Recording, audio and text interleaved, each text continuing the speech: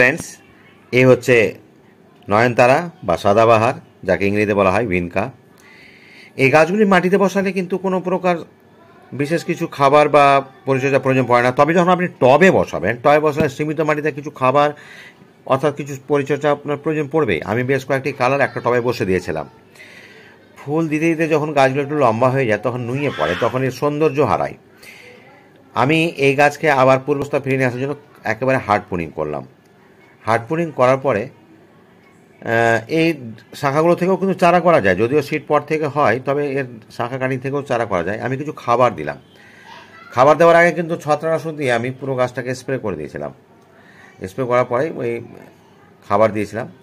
খাবার দিয়ে ছায়ায় রেখেছিলাম বেশ কয়েকদিন। তারপরে ছোটো ছোটো চারা মানে শাখা প্রশাখা বেরোলো, প্রচুর ঝাড় তৈরি হয়ে গেল কিছুদিন পরে। ব্যাস শুরু হয়ে গেল ফুল দিতে। তো এরকম সৌন্দর্য উপভোগ করতে হলে অবশ্যই আমার টিপসগুলো